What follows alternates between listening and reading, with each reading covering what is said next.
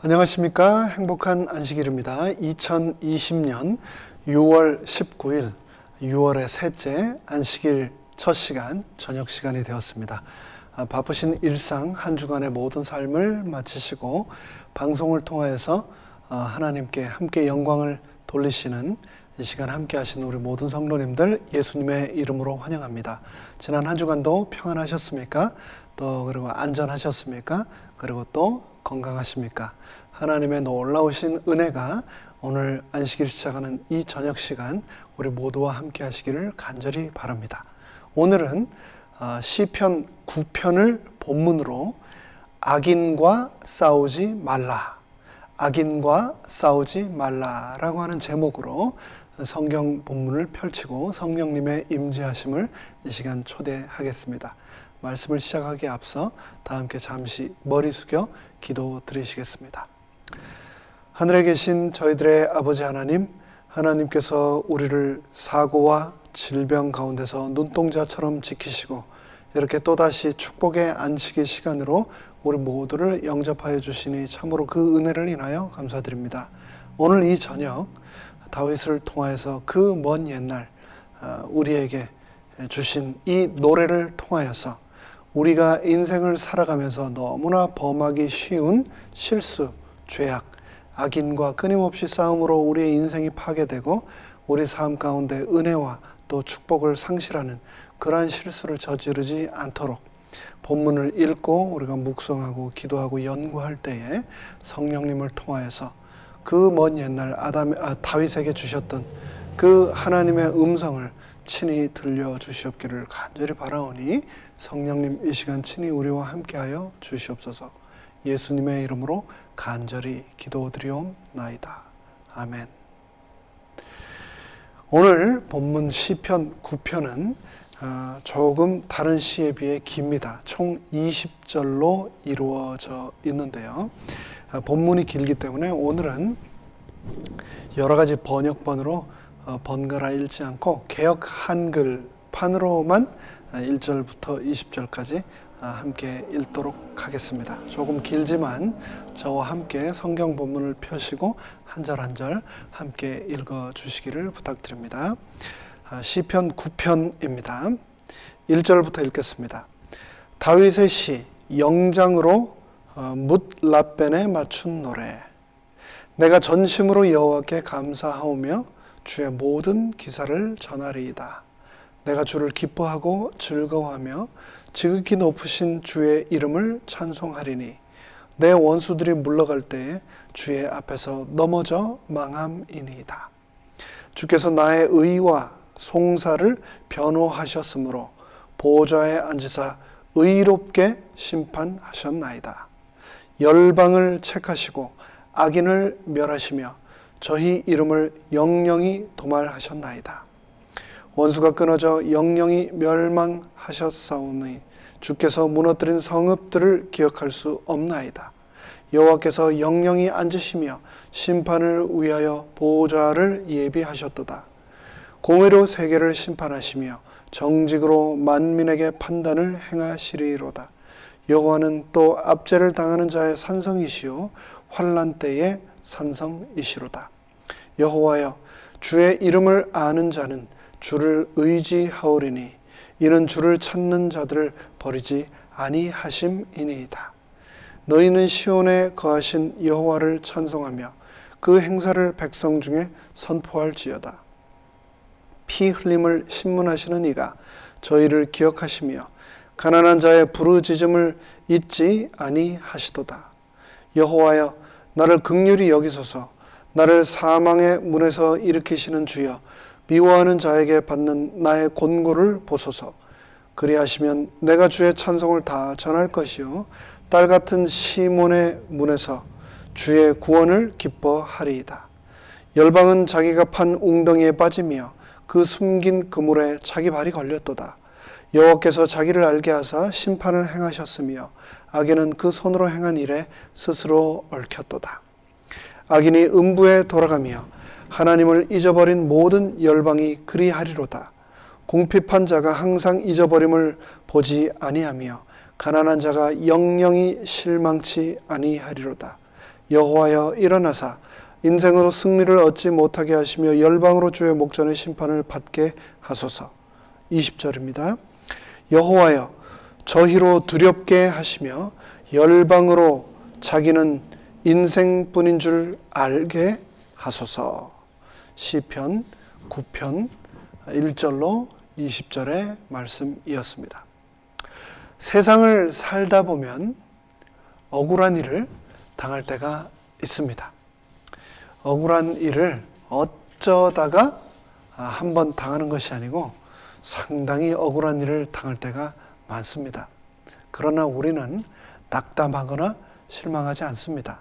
왜냐하면 우리에게는 공의의 재판장 하나님이 계시기 때문입니다. 우리가 하나님께 나가서 기도하면 하나님은 우리의 억울함을 풀어주십니다. 오늘의 본문 시편 9편은 골리앗을 물리친 후 혹은 블레셋을 물리치고 난 후에 쓴 시라고 알려져 있습니다. 다윗이 전쟁을 하고 나서 승리를 얻은 후에 쓴 시이죠. 그는 전쟁을 하나님의 심판으로 여겼습니다. 전쟁은 신앙과 도덕성을 기반으로 합니다. 그래서 전쟁에 나갈 때 나라는 존재가 나타나서는 안 되었죠. 나의 의지, 판단, 감정이 나타나서는 안 되는 것, 그것이 전쟁입니다. 다윗은 하나님이 나를 통해 너를 심판하고 형을 집행하신다 라고 생각하며 늘 전쟁에 임했습니다.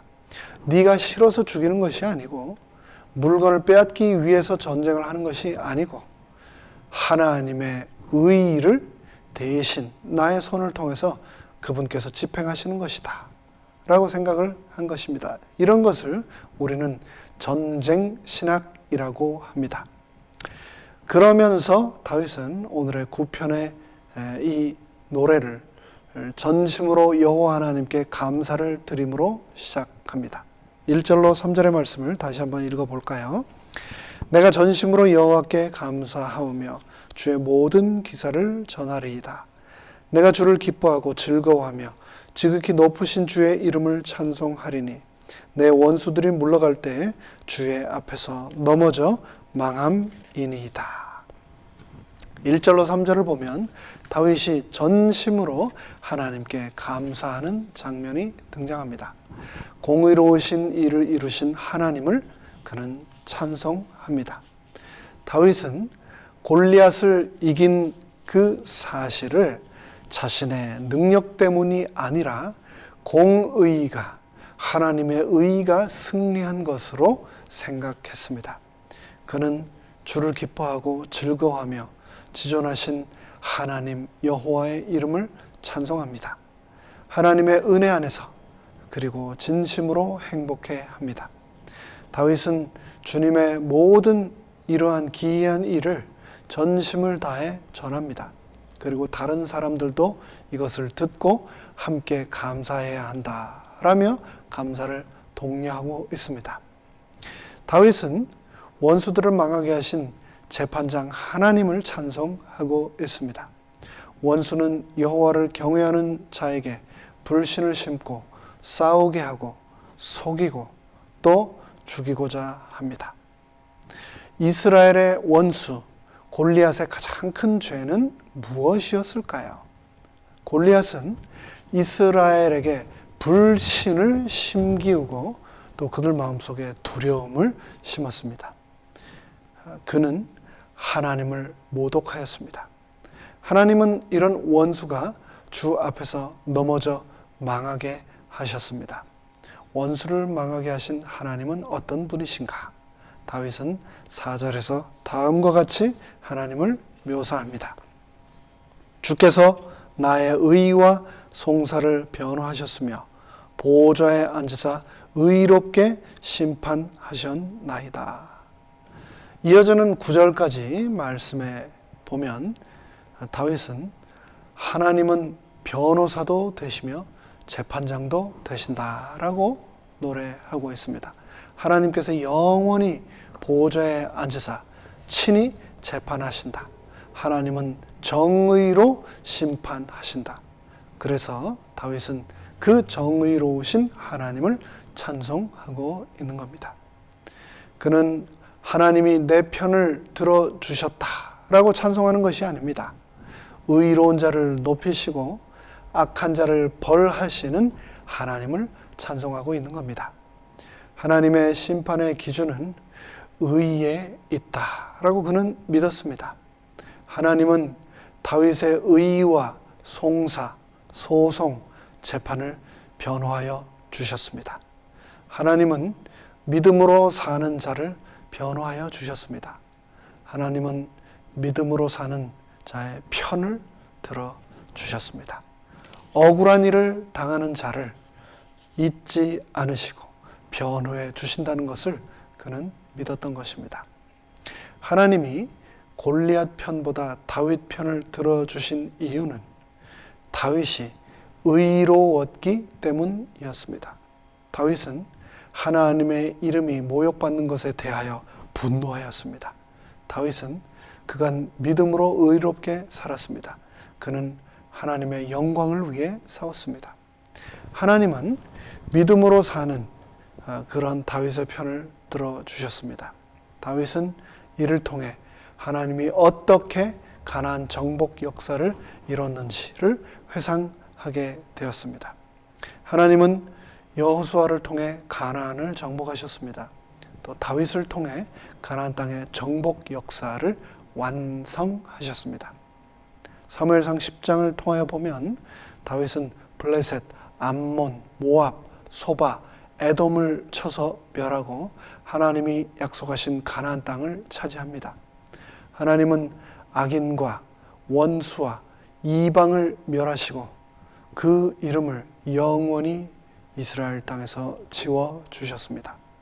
하나님은 하나님을 믿지 않는 많은 악인의 성읍을 무너뜨리셨습니다. 하나님 나라를 대적하는 많은 이방 나라를 멸하시고 이스라엘에 평화를 주셨습니다. 다윗은 가나안 정복의 역사를 하나님이 공의로 재판하신 것이라고 선포하고 있습니다. 이방 나라를 멸하신 것은 그들이 하나님을 믿지 않기 때문이었습니다. 하나님과 하나님의 백성을 대적하기 때문이었습니다. 하나님 없이 사는 그들이 죄악이 가득 찼기 때문이었습니다. 그들에게는 음란과 동성애와 갖은 우상 숭배의 죄악이 만연했습니다. 하나님은 세계 만민을 재판하시는 재판장이십니다. 하나님은 공의로 심판하시고 정직으로 만민을 판결하십니다. 하나님의 판결은 정직하고 언제나 정확하십니다. 그러한 하나님에 대하여 시편 기자는 9절로 12절까지 또 다음과 같이 노래하고 있습니다. 여호와는 또 압제를 당하는 자의 산성이시요 환난 때의 산성이시로다. 여호와여 주의 이름을 아는 자는 주를 의지하오리니 이는 주를 찾는 자들을 버리지 아니하심이니이다. 너희는 시온에 거하신 여호와를 찬송하며 그 행사를 백성 중에 선포할지어다. 피 흘림을 신문하시는 이가 저희를 기억하시며 가난한 자의 부르짖음을 잊지 아니하시는도다. 9절로 12절을 보면 세상에는 압제하는 자가 있고 남을 고통스럽게 하는 자가 있다라고 말하고 있습니다. 그리고 또 동시에 반대로 압제를 당하고 또 환난을 당하는 자도 있습니다. 이 세계는 약육강식의 세계입니다. 강대국은 약소국을 억압하고 대기업은 중소기업을 억압합니다. 요즘 미국과 중국 간의 갈등이 점점 심해지고 있습니다. 미국이 중국 물건에 관세 폭탄을 먹이자 중국은 미국 농산물에 보복 관세를 먹였습니다. 미국 대통령은 코로나 바이러스가 모두 중국 탓이라며 중국과의 모든 관계를 끊고 유학생들도 더 이상 오지 못하도록 막겠다고까지 으름장을 놓았습니다. 그러한 이 미국의 대통령의 미숙한 조치로 미국이 전 세계에서 코로나 확진자와 사망자가 가장 많은 나라가 되자 중국은 이를 비꼬며 참 아름다운 광경이라고 놀렸습니다. 하나님 믿는 나라, 기독교 국가, 국민 대다수가 크리스찬인 나라라고 이 미국이 하는 모든 일이 신사적이고 정의롭다고 여러분은 생각하십니까? 그렇게 생각하는 사람은 그리 많지 않을 것입니다. 세상은 냉정합니다. 말 그대로 먹고 먹히는 먹이 사슬이 얽혀있는 정글과 같습니다.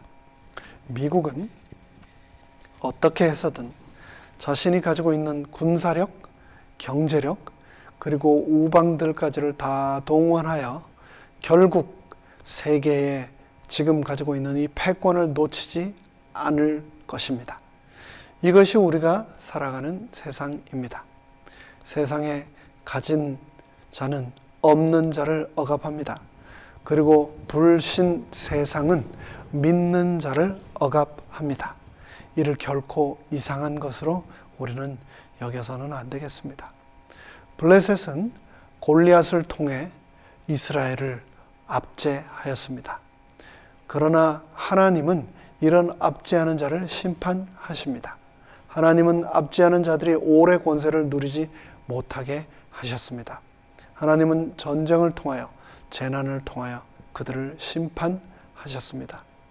이를 통해 압제당하는 자가 굴레를 벗고 압제하는 자는 무릎을 결국 꿇게 되었습니다. 그렇기 때문에 우리가 압제를 당할 때 결코 억울해할 필요가 없다라는 것을 역사의 교훈을 통하여 다시 한번 확인할 수 있습니다. 하나님이 갚아주신다라는 것을 우리는 그렇기 때문에 믿어야 하겠습니다.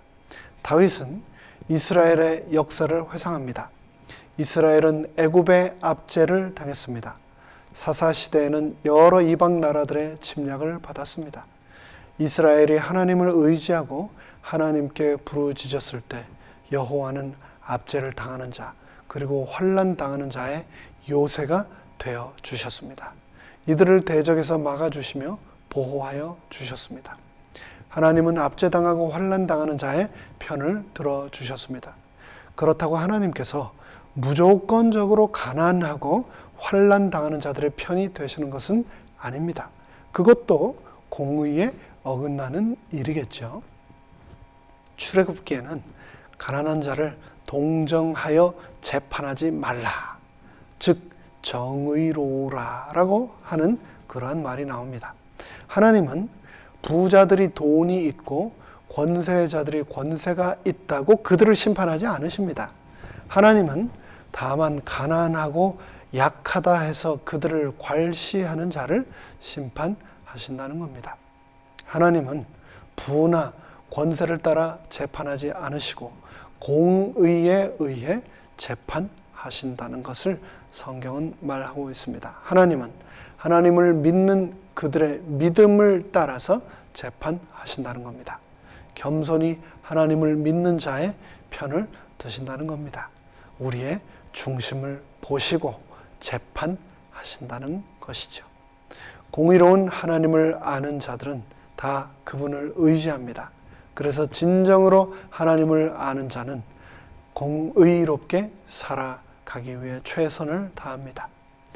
그들은 억울할 때 하나님을 의지합니다. 하나님께 부르짖어 기도합니다. 하나님은 그런 기도를 들으시고 억울한 자들의 그 모든 억울함에 의로운 재판장이 되어 주십니다. 하나님은 억울한 사람을 위하여 신문고를 만들어 놓으셨습니다. 우리는 이런 공의의 하나님께 나가 그 핫라인을 울릴 수 있습니다. 911으로 전화하여 벨을 울리는 것, 그것이 바로 기도하는 사람의 자세입니다. 다윗은 자신의 억울함을 풀어주신 하나님을 찬송하며 하나님의 행사를 널리 선포하겠다라고 오늘 시편 9편을 통하여 말하고 있습니다. 2살 터울밖에 나지 않는 저희 집의 둘째 아이와 셋째 아이, 근데 요즘 이 아이들이 계속 집에만 있으면서 특별히 둘째 아이가 많이 컸는데 요즘 정말 한참 크는 때인가 봅니다. 먹고 싶은 것도 많고, 그래서 실제로 저희 집에서 먹기도 제일 많이 먹고, 그리고 또 맨날 먹고 싶은 것 있다면서 사달라고 하는 아이가 바로 이 둘째 아이입니다. 그래서 이 밖에 데리고 다니는 게 보통 일이 아닙니다. 보는 것마다 다 사달라고 그래가지고요.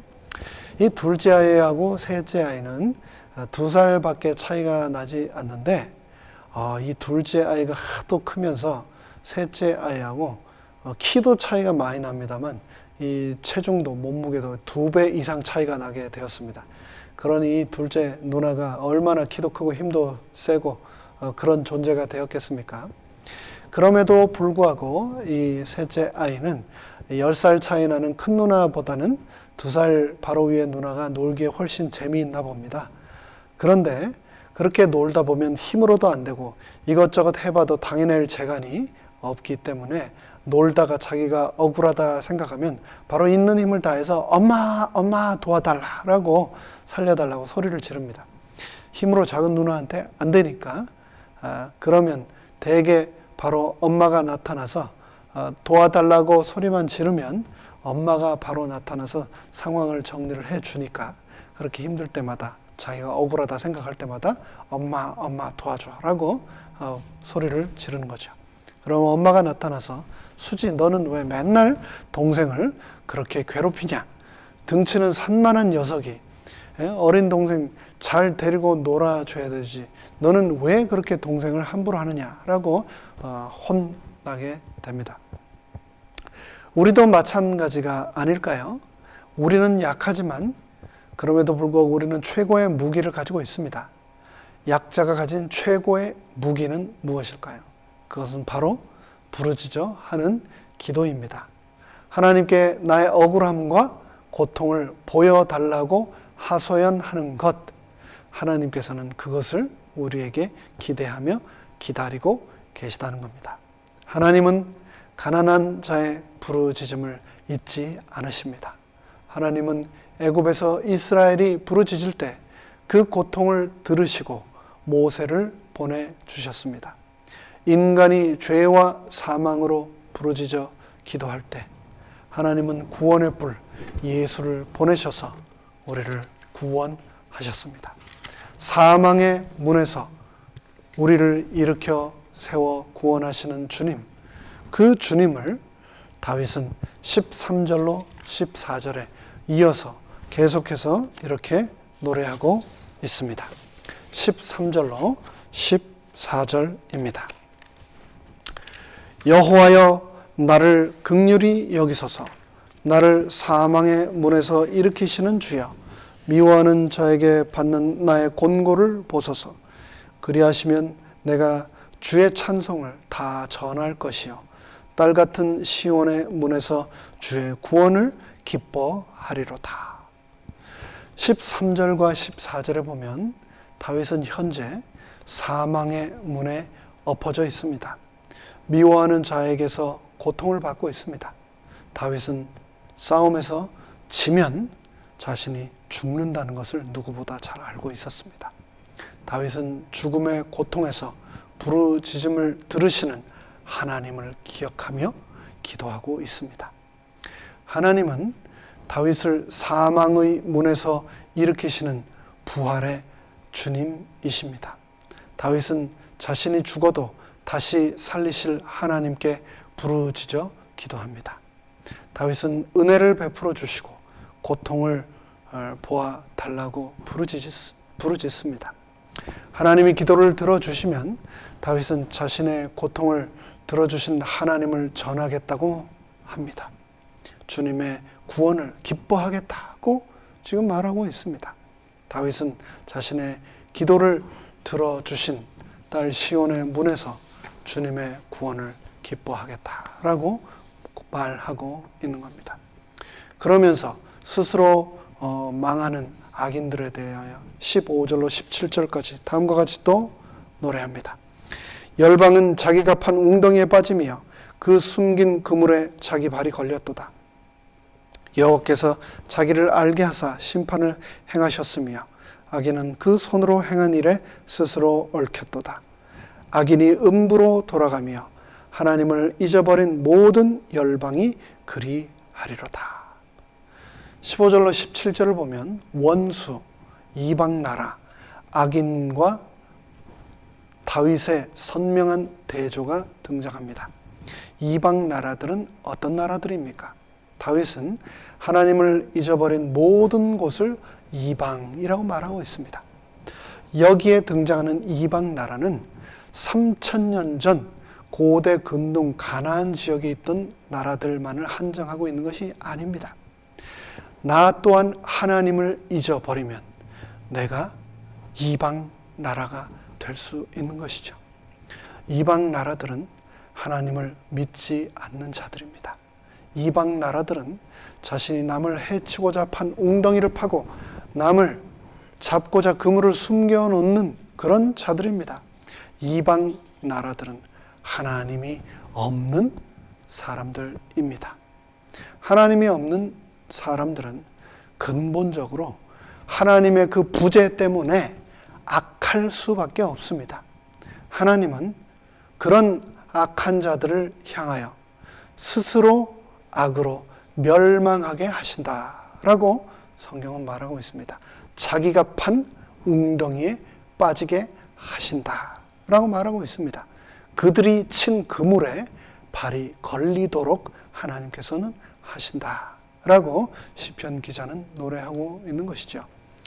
그래서 다윗은 이 시를 통틀어 가장 중요한 한 가지 사실을 오늘 우리에게 전달하고 있습니다. 그것은 바로 악인은 남에 의해서 망하는 것이 아니라 자신의 악에 의해서 망한다는 겁니다. 그렇기 때문에 우리는 악인과 절대 싸울 필요가 없습니다. 악을 징계하겠다면서 정의를 세우겠다면서 싸우면 절대 안 됩니다. 왜냐하면 악을 징계하겠다는 나 자신 또한 불완전한 존재이며 죄인이기 때문에 그런 기회를 이용하여 사탄은 나를 실족하게 만들며 악인은 더욱 악하게 만들기 때문입니다. 싸우기 시작하면 나 자신도, 직장도, 교회도 결국 엉망진창이 되고 맙니다. 사단은 그런 연약한 나의 마음을 이용해서 나를 스스로 재판장의 자리에 세우고 남을 정죄하고 그래서 그리스도가 내 마음속에 계실 곳이 없도록 만듭니다. 정의는 사라지고 복수와 증오심과 파괴만 남게 됩니다. 그래서 악인의 심판은 하나님께 맡기고 우리는 기도하면 됩니다. 그러면 하나님께서 우리의 기도를 들으시고 악인이 스스로 망하게 하신다라는 것을 우리는 꼭 기억해야 하겠습니다. 하나님은 다윗의 기도를 들으시고 공의를 행하셨습니다. 다윗은 그런 하나님을 찬양하고 있습니다. 18절로 20절의 말씀입니다. 궁핍한 자가 항상 잊어버림을 보지 아니하며 가난한 자가 영영이 실망치 아니하리로다. 여호와여 일어나사 인생으로 승리를 얻지 못하게 하시며 열방으로 주의 목전에 심판을 받게 하소서. 여호와여 저희로 두렵게 하시며 열방으로 자기는 인생뿐인 줄을 알게 하소서. 18절로 20절은 굉장히 중요한 사실을 또 한 가지 우리에게 말씀하고 있습니다. 그것은 바로 믿는 자도 궁핍할 때가 있다는 겁니다. 가난할 때가 있습니다. 반면 하나님을 믿지 않는 자들 또한 번성할 때가 있다고 말하는데 정말 그렇지 않습니까? 그럼에도 불구하고 다윗은 하나님은 의인들의 가난과 궁핍을 잊지 않고 계시다고 말합니다. 하나님이 그런 하나님의 자녀들을 잠시 실망시키실 수도 있으시지만, 그러나 하나님은 그런 실망을 통하여 그분의 자녀들, 믿는 자들을 훈련하신다는 겁니다. 그래서 더 가까이 하나님께 나아가도록 연단시키신다는 겁니다. 그래서 의인들은 잠시 고난을 받을지 모르지만 결코 영원히 실망하지는 않는다라고 말하고 있습니다. 이 세상에서 우리의 삶은 잠시 잠깐입니다. 하나님은 영원한 하나님 나라로 우리를 인도하여 주실 것입니다. 하나님은 때가 되면 그분의 자녀들을 분명히 넘치는 축복으로 채워주시겠다라고 약속하셨습니다. 그것을 믿고 지치지 않는 그러한 심령을 가지고 우리 모두 기다리게 되기를 간절히 바랍니다. 말씀을 마치겠습니다. 시편 9편. 이 시의 결론은 하나님은 공의의 하나님이시다라는 겁니다. 억울한 일을 당할 때 다윗처럼 공의의 하나님을 믿고 그분께 부르짖어 기도하는 것을 잊지 않게 되시기를 간절히 바라면서 오늘 말씀을 마치겠습니다. 다 함께 머리 숙여 기도하겠습니다. 하늘에 계신 저희들의 아버지 하나님, 이 세상 살아가면서 우리가 억울한 일을 당할지라도 그 억울한 시간을 통하여 내가 연단되어 더욱 하나님께 매달리고 의지하며 기도하기를 간절히 바라시는 하나님 여호와께서 내 곁에 계시다는 것을 잊지 않도록 은혜 베풀어 주시옵소서. 악인들과 싸움으로 하나님께서 나에게 주신 내 마음의 평화와 은혜를 잃어버리지 않도록 모든 것을 온전히 하나님께 내어놓고 더욱 열심히 기도하는 우리 모두가 되도록 축복하여 주시옵기를 예수님의 이름으로 간절히 축원하옵나이다. 아멘.